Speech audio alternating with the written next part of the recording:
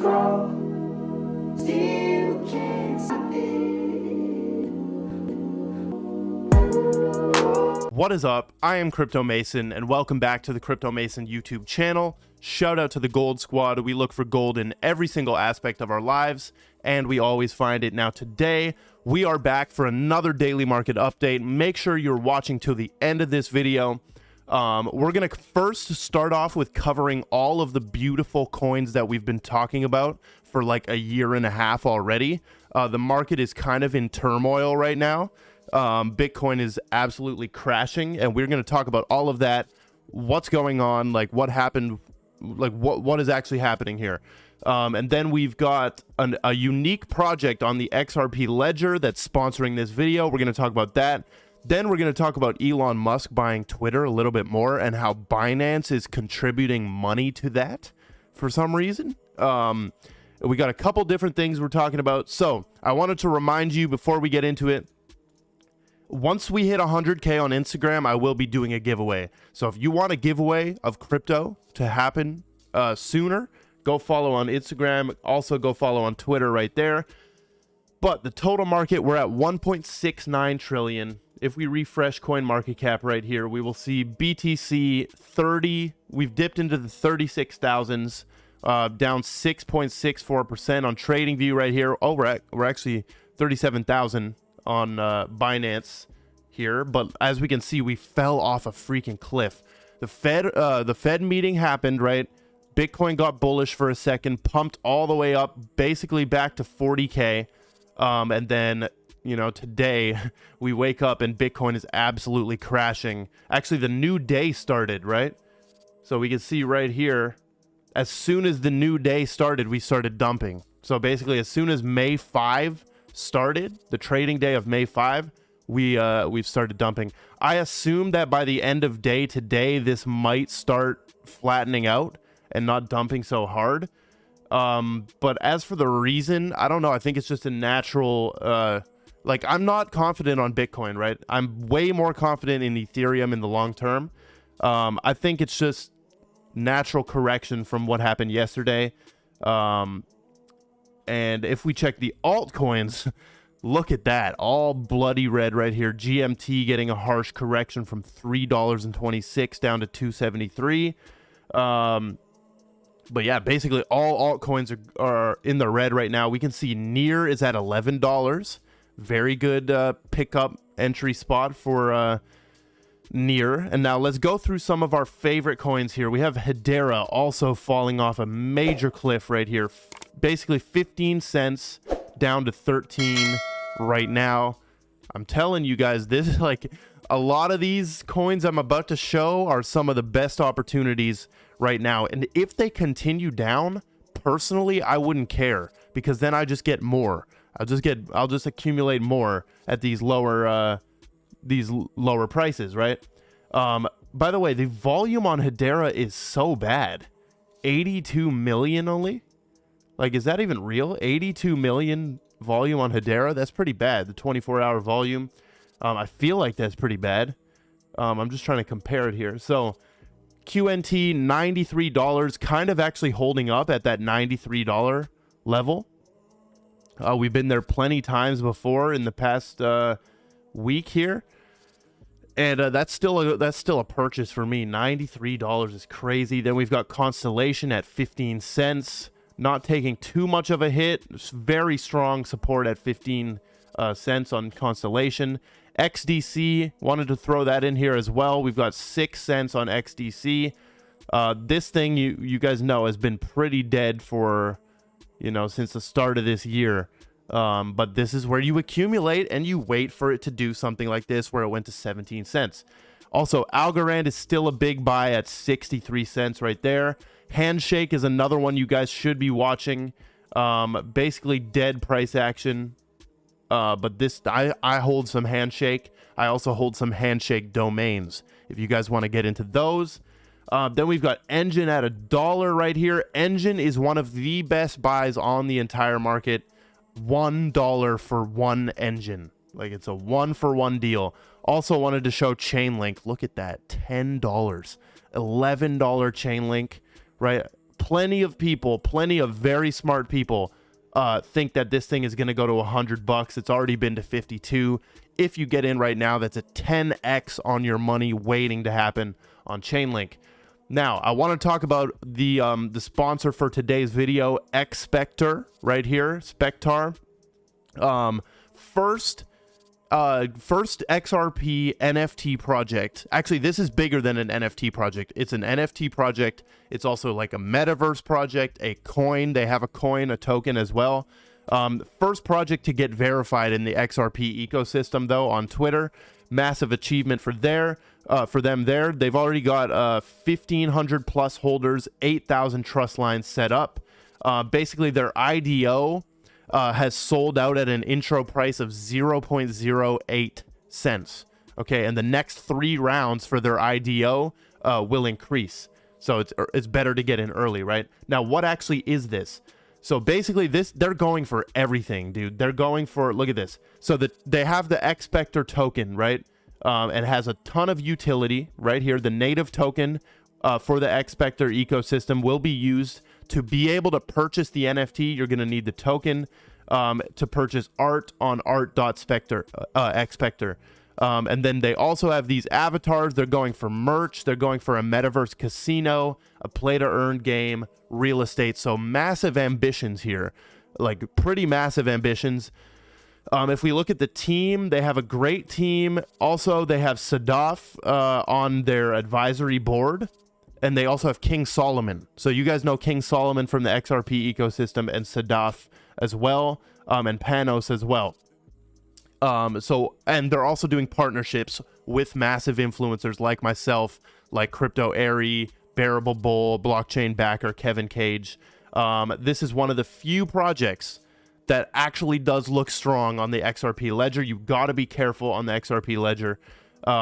But yeah, so they have their white paper here. Native token will be used for all of this, you know, purchasing the NFT. The NFTs look pretty crazy as well. They made one of David Schwartz, which I don't have pulled up right here, but we could probably scroll back and find it. They made one of David Schwartz, and he actually said that he liked it. But then we also have, so how do you buy this? You can buy the token from the IDO on Sologenic right here. So Sologenic, there's a pairing on Sologenic, and then there's also a pairing on onxrp.com, the DEX right there. Here is the tokenomics right here. We have 888, so 88,888,888. It's hard to say. Total tokens, and then 55% is for the show and the IDO, 10% is for strategic partnerships, 10% is for operations and development, 10% marketing, 10% founders and team, and 5% giveaways. So you guys can get involved with this. The IDO, as I said, sold out already. First couple weeks of it started on April 25. So you can get involved by getting this on the Sologenic DEX and the onxrp.com DEX. They're going for everything. Massive metaverse experience, real estate, casinos, right? Here's what the NFTs are going to look like. Very like human looking avatars here. They have their roadmap laid out right there. The core team, there's some pretty notable people on the team as well. So make sure you go follow them on Twitter, and join their Discord, and check them out. So moving on, we have, thank you Expector for sponsoring this. Also, I retweeted their post yesterday. Binance aids Elon Musk's Twitter takeover with $500 million. Okay, so what I didn't know and what I didn't realize, which I should have known, is that they're just switching the equity in this entire thing. So they're shuffling people around. That is what this whole thing is about with this Twitter purchase. They're shuffling things around for the future. They're getting people in the right spot, right? Jack Dorsey, go over there to Blue Sky. Leave Twitter. Elon, buy Twitter. Elon, let all these equity investors in. So look who we have. Binance with $500 million. $500 million given to Elon to help do this purchase. Sequoia Capital, they're all up in crypto. Fidelity. Are you serious? Fidelity? The Illuminati boys, right? I always love to show this. Fidelity is on that Illuminati tip, right? Look at that. These dudes know what they're doing. Well, we're going to crush them, but they've known what they're doing because they have $4.2 trillion in assets under management. So Fidelity is in on this. They're just switching up who owns this thing. Qatar Holding, like some of these I don't recognize, but the ones I do are Binance, Sequoia, and Fidelity. Pretty interesting. They gave $500 million. Pretty insane. Benji Crypto puts top 15 promising projects with market caps under 200 million. So let me go through these. I'm going to give you my quick thoughts on these ones. Fetch.ai gets the stamp of approval. Under $200 million market cap. Look into that project. Very good. Ergo also gets the stamp of approval. XYO Network, stamp of approval, of course. We've been talking about XYO for like 7 months. A lot of us hit a literal 30x our money on XYO. Like, there are people who were watching me and actually made 30x their money on XYO, including me, and I sold some. Ocean, big stamp of approval. Multi-chain, I'm sorry, I don't know what that is. API 3, big stamp of approval. Civic, X Sushi, that's not Sushi Swap, right? X Sushi is something else, I think. Merit Circle, don't know what that is. Mirror is good. Moon River is good, but I would prefer Moonbeam. Tribe, League of Kingdoms, don't know what those are. Cartesi's pretty good, and Clever is pretty good. So if you guys want some low caps to research while we're in this terrible market right now, you can go through those and check those out. Now, a couple XRP related things right here. Anders L has his theory on what the Ripple liquidity hub is going to be. So the liquidity hub is going to be where customers will be able to source digital assets at the best possible prices. And it's starting off with Bitcoin, ETH. What was it? Bitcoin, ETH. Let's see. Nope, it's not this one. What are they starting off with? Yeah, Bitcoin, ETH, LTC, Litecoin, Ethereum Classic, Bitcoin Cash, and XRP. So only those they're starting off with, right? And basically his theory, he thinks the end goal for Ripple is that enterprises will choose to source other digital assets and more assets added later on from their XRP wallet by the liquidity hub because of cost and speed. He thinks this is a fundamental end goal strategy for XRP. If they are planning to make XRP a global bridge asset for all sorts of assets, payments would just be the first step, bridging fiat to XRP with more assets over time.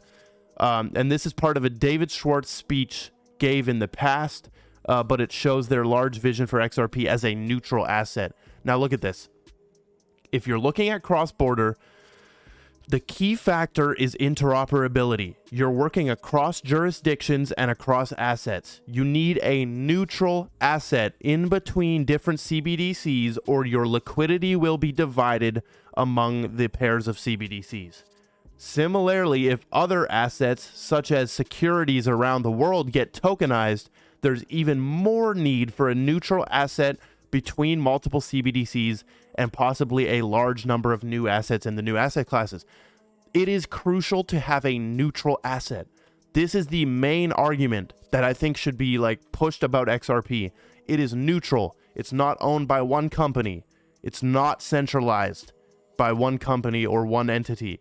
It doesn't belong to a country. The name of it is not USDC, right? People think that these stable coins can do the same thing as XRP. No, we need it to be neutral.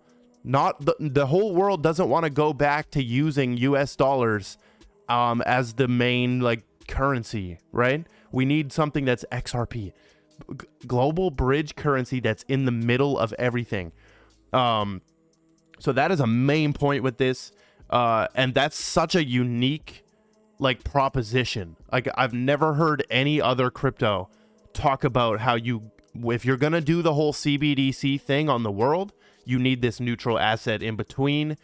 So he suspects they're gonna add a lot more assets to the liquidity hub.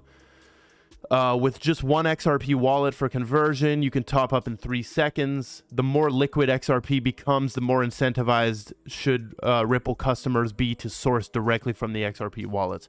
So this liquidity hub, I'm going to be watching carefully on what happens with that. We also have this clip, which we're going to end off with, of the CEO. Is it the CEO? Yeah, the CEO, Bill Winters of Standard Chartered Bank, saying that Bitcoin is too volatile while endorsing XRP. So let's watch this clip, 1 minute and 21 seconds. Here we go. Countries like Switzerland and China all testing out the digital currencies. How are you gearing up for the disruption of money? How are you gearing up for the disruption of money? With central bank digital currencies, how will it change the way you and other banks operate in future? Probably fundamentally. While we're not formally involved, no foreign banks are involved in the Chinese ECNY. I think we're as close to that as we can be to understand how that digital currency can be used for cross-border trade.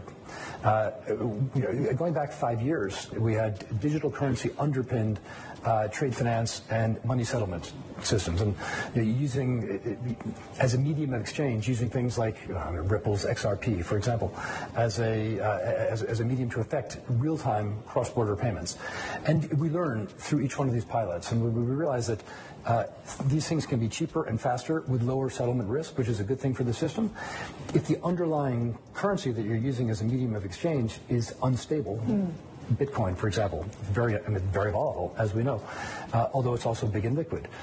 Finding the trade-offs so that the system can actually be safer and cheaper and more effective, and at the same time suitable for the user who doesn't want to take any market risk or operational risk along the way.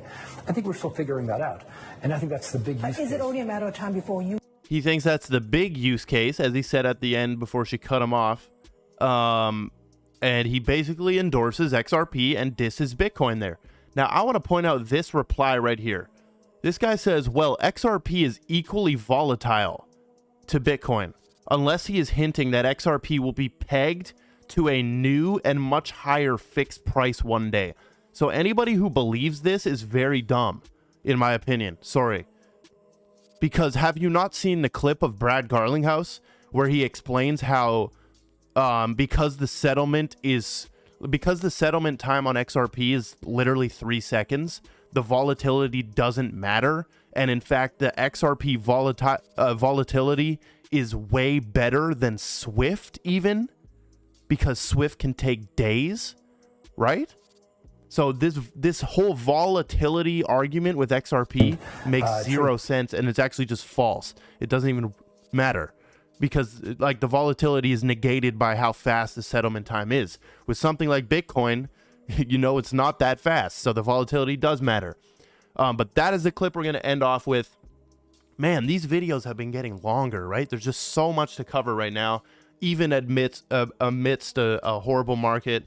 But that is all we've got. Make sure you're following on Instagram, Twitter, join the Telegram group. I love every single one of you, and goodbye.